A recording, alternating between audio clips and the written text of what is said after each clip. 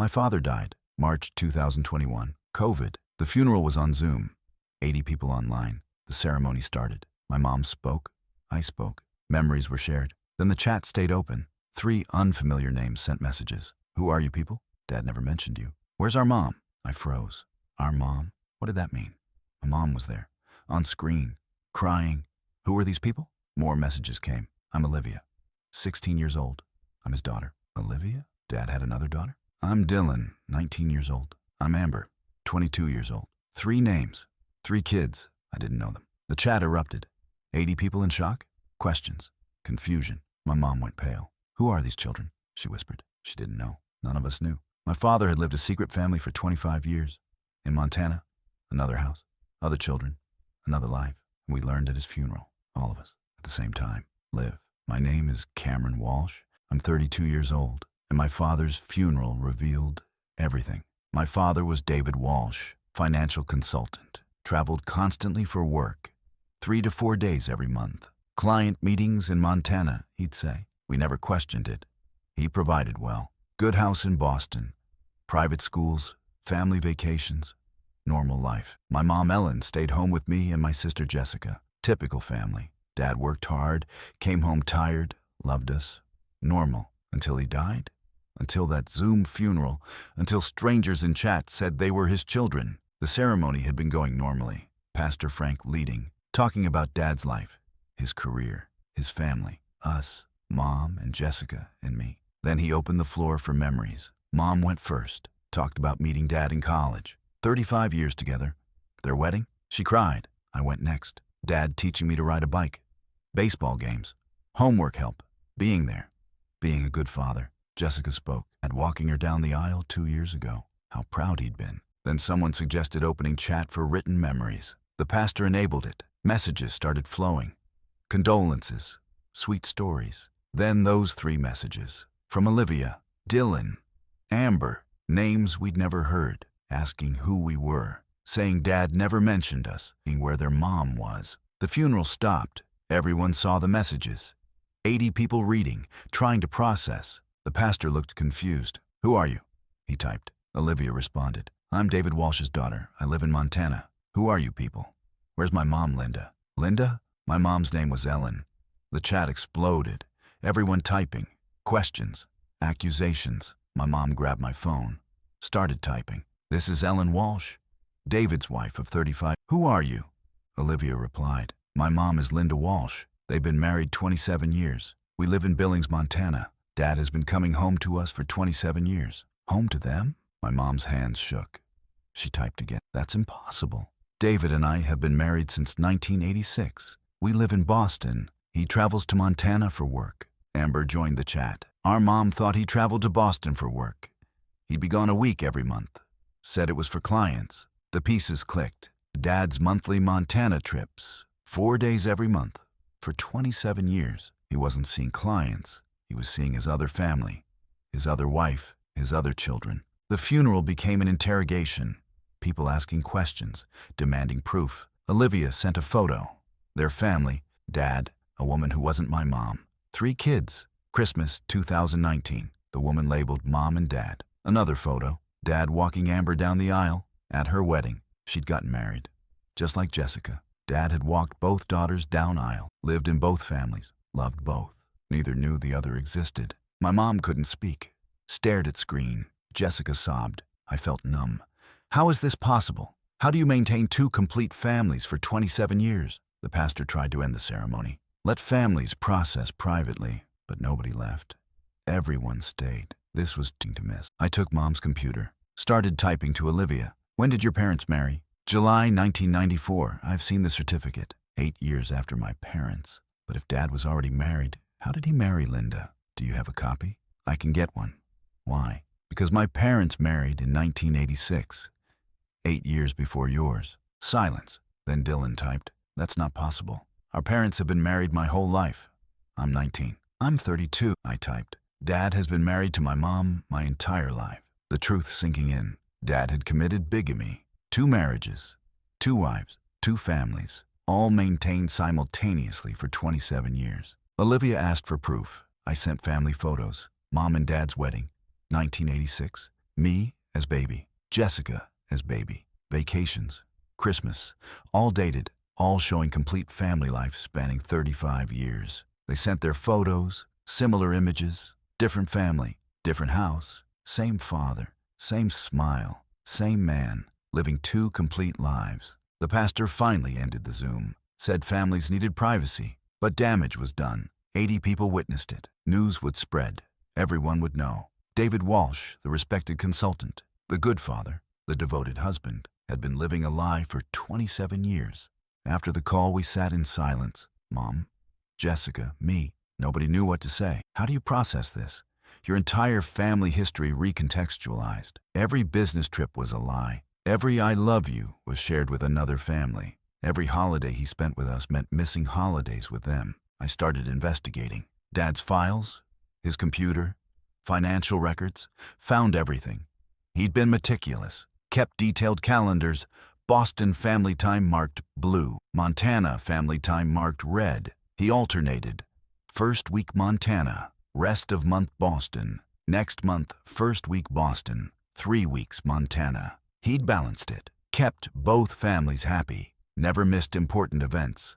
The money came from his business. He really was a consultant, made good money, but told each family he made less, kept separate accounts, funded both households. Neither wife knew about the other's accounts. He'd filed separate tax returns, listed different dependents, committed tax fraud on top of bigamy. The marriage certificates shocked us. He'd married Linda in Montana using a fake middle name, changed one letter in his social security number, claimed his Boston marriage ended in divorce, provided fake divorce papers, everything documented, everything planned, everything a lie. We contacted Linda, the other wife. She was shocked, had no idea, thought she was in legitimate marriage, thought Dad traveled to Boston for work, thought he loved only her. We compared notes, Dad's stories, his excuses, mirror images. He told Linda his Boston trips were for difficult clients, told Ellen his Montana trips were for important accounts. Both believed him. Linda had 3 children with him, Olivia 16, Dylan 19, Amber 22, Jessica was 28, I was 32. Dad had been father to 5 children, 2 families, never mixing them, never confusing living completely separate lives. The estate became nightmare. Dad died without proper will, or rather, made 2 wills, one leaving everything to Ellen and us, one leaving everything to Linda and them, both notarized, both legal in respective states, both filed with different attorneys. Neither attorney knew about the other. The estate worth $2.3 million. Boston house, $800,000. Montana house, $500,000. Retirement accounts, $600,000. Life insurance, $300,000. Investments, $100,000. Everything needed dividing. But who got what? Ellen was legal first wife. Married Massachusetts 1986. Recognized by law. Valid. Legitimate. Linda's marriage invalid. Bigamy isn't legal. Her certificate meant nothing in court. But she'd lived as wife 27 years. Raised children. Believed she was married. Had rights through common law arguments. Lawyers circled immediately. Ellen hired Boston probate attorney. Argued she deserved full estate. Only legal wife. Linda's relationship illegitimate. Her children born from invalid marriage. Ellen and children should inherit everything. Linda hired Montana attorney. Argued differently. She'd been defrauded. Believed marriage was real. Acted as wife 27 years. Deserved compensation. Her children innocent. Deserved inheritance. Both life insurance policies complicated things. Boston policy, $500,000. Listed Ellen beneficiary. Montana policy, $500,000. Listed Linda, that's million total. Dad told each family about $300,000 policy. Neither knew full amount. He'd lied about insurance too. Maintained separate policies through separate employers. Made sure both families covered. Legal battle consumed 18 months. Court hearings every few weeks. Depositions of both wives. Financial discovery revealing every account, every asset, every hidden detail. Lawyers requested Dad's computer. Found the calendar. Blue for Boston. Red for Montana. Perfectly balanced. They found email accounts. 3 separate. 1 work, 1 Boston family, 1 Montana family. Kept everything compartmentalized. Never sent email to wrong family. Never confused details. Phone records showed 2 phones. Boston phone for Ellen and us. Montana phone for Linda and them. Carried both everywhere. Responded to both. Tax records damning. Filed separate returns, Massachusetts and Montana. Listed different dependents each. Claimed different deductions. Reported different income. Pure tax fraud. Multiple felonies. If he'd lived, he'd face prosecution. Financial forensics revealed funding method. Consulting business real. Made excellent money. But told Ellen $120,000 annually. Told Linda $100,000. Actually made $280,000. Difference funded double life. Travel, 2 mortgages, 2 sets expenses. Managed it all. Kept detailed spreadsheets. Budgets for both families. During depositions, both wives testified. Ellen described her marriage. Meeting David college. Falling in love. 35 years happiness. Never suspected. Never questioned. Trusted completely. Linda testified similarly. Meeting David conference, 1993. Long distance year. Marriage, 1994. 27 years together. Thought they were soulmates. Both women completely deceived. Children testified too. I described growing up with Dad. Baseball games. Homework help. Father-daughter dance at Jessica's wedding. He'd been present, involved, loving. Amber testified about Montana. Soccer games Dad never missed. College help. Walking her down aisle. Same involvement, same love. Dylan and Olivia testified similarly. Dad there for school events. Birthdays. Never seemed distracted. Always fully present. Judge visibly disturbed. During closing arguments, he spoke. I've been probate judge 23 years. Seen estate disputes. Family conflicts.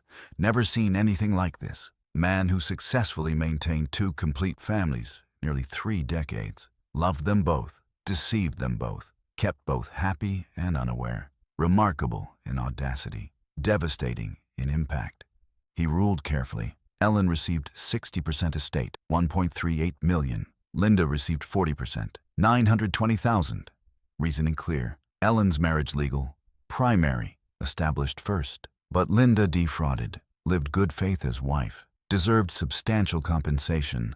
All 5 children declared legitimate heirs. Judge split shares equally. Property sold. Neither wife wanted houses filled with lies.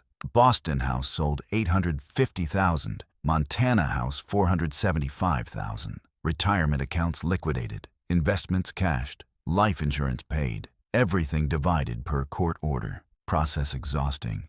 Every hearing brought new revelations. New lies exposed. Dad had separate storage units, both states. Boston storage held Montana family photos. Things he couldn't keep at Boston house. Montana storage held Boston photos. Evidence of other life. Storage units like museums to double life. Wedding photos from both ceremonies. Baby pictures, all 5 children. Holiday cards, both families. Vacation photos with each family, all hidden. After estate settled, we decided what to do. Move on quietly, heal privately, or expose it. Make sure world knew who David Walsh was. Amber and I talked extensively. We'd formed unexpected bond. Half-siblings never met. Grew up parallel lives.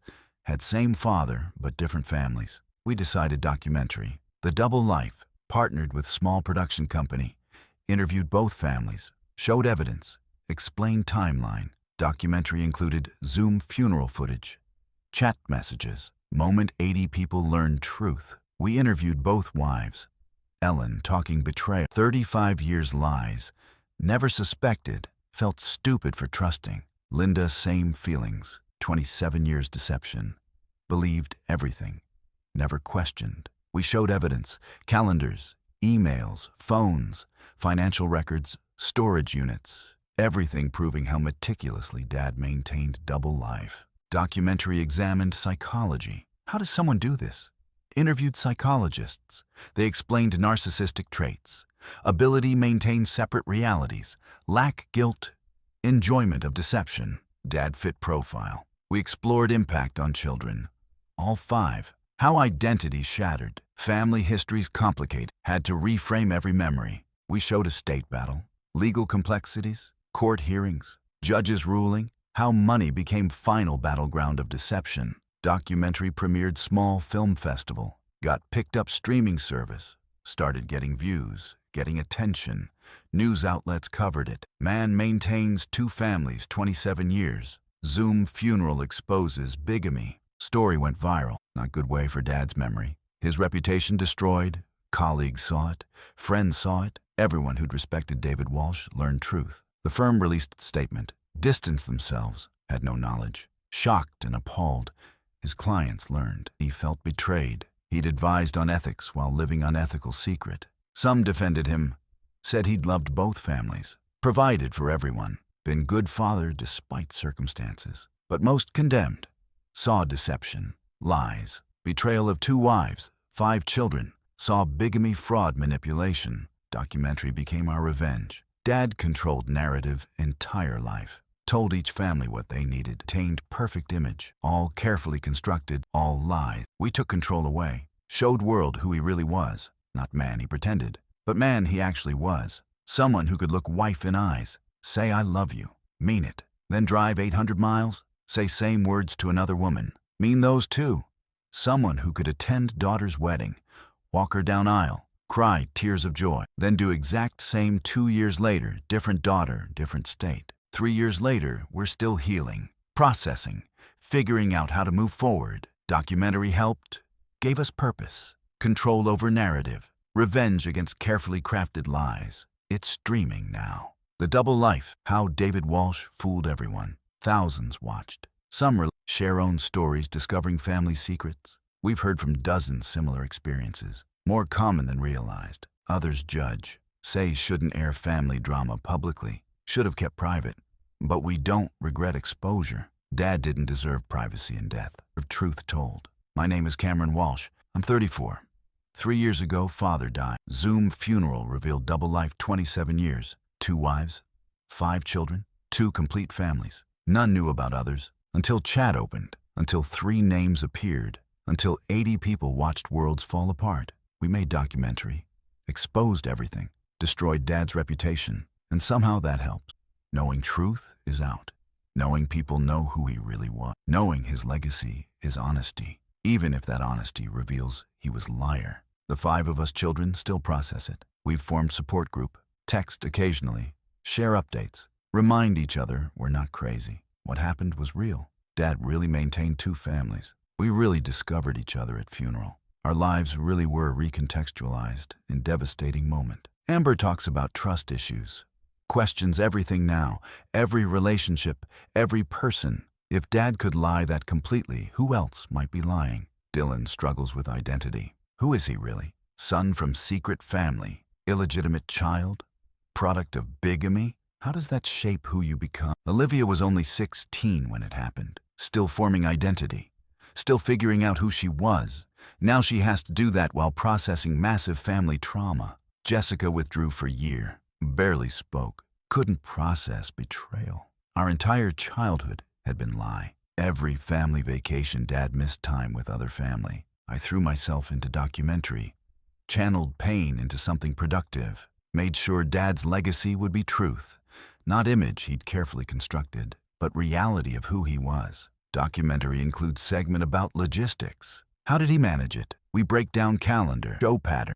First week each month, 1 location, remaining weeks other, alternating which family got first week. Perfect balance. We show finances, how he made enough support both families, how he hid accounts from each wife, filed separate tax returns, committed fraud alongside bigamy. We examine psychology, interview experts who explain how someone maintains this deception level. Compartmentalization required, lack empathy, enjoyment of control. Documentary asks hard, did he love both families or neither? Was he good father? Or was being present while lying make him fundamentally bad father? Is it possible truly love someone while deceiving them so completely? We don't answer questions, can't answer them. Dad's dead, can't ask him, can't demand explanations, can only deal with what he left behind. 2 destroyed wives, 5 traumatized children, 80 funeral guests who witnessed revelation, community shocked by exposure, reputation demolished. Documentary ends with all 5 children together. First time we'd all been same room, sitting around table, talking about Dad, sharing memories, realizing we'd had same father but completely different experiences, comparing stories, matching timelines, seeing how he'd balanced everything. It's surreal watching footage of us together. 5 people who should have grown up as siblings, should have known each other, should have shared holidays, birthdays, family moments, but didn't. Because Dad kept us separated, kept us secret from each other, kept us in different worlds, until his death forced those worlds to collide. I reached out to Amber eventually. We talked, compared experiences, tried to make sense of our father. She remembered him as loving, present, involved, same as I did. He'd been at her soccer games, helped with homework, walked her down aisle. Same things he'd done for Jessica and me. He wasn't bad father in traditional sense. He was father to 2 families, and somehow that made it worse. If he'd been absent or neglectful, it would make sense. But he wasn't. He was there, for everyone, balancing, managing, loving, while lying entire time. That's hardest part to process. Not that he didn't care, but that he did care. Cared about both families. Showed up for both. Made both feel loved, all while maintaining massive deception. The documentary explores this paradox. Can someone genuinely love while systematically lying? Psychologists we interviewed had different opinions. Some said yes, said he likely felt genuine affection for both families, compartmentalized so effectively that emotions in each context were real. Others said no, said true love requires honesty, that his feelings were shallow, narcissistic need for admiration rather than genuine connection. We included interviews with people who knew him, colleagues from work.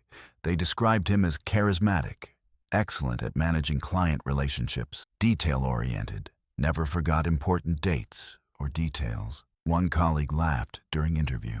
David had this incredible memory, could remember every client's kids' names, their birthdays, their interests. We all envied that skill. Now we know why he was so good at it. He'd been practicing at home, remembering details for 2 complete families, making sure never to mix them up, never to call Montana kids by Boston kids' names, never to forget which wife liked which flowers, which daughter played which sport. It wasn't natural gift. It was survival skill for maintaining double life. His church community was devastated. Pastor Frank agreed to interview. Still looked shaken months later. David was one of our most active members. Led youth group, organized charity events. Everyone respected him. Finding out about this, it shakes your faith in people. If someone like David could deceive us all, what does that say about human nature? That's question documentary keeps asking. What does it say about trust, about appearances, about how well we really know anyone? Dad's neighbor in Boston was interviewed. Mrs. Chen had lived next door 15 years. David was a wonderful neighbor. Shoveled my driveway in winter, helped with my garden. Such nice family. I never would have guessed. Never. Mrs. Chen mentioned something interesting. Sometimes I'd see David leaving very early in morning, like 4 or 5 a.m. I asked once. He said he had early flights for business. Made sense. But now I wonder, was he rushing back from Montana, trying to get home before Ellen woke up? Documentary includes timeline visualization, shows Dad's movements over single month.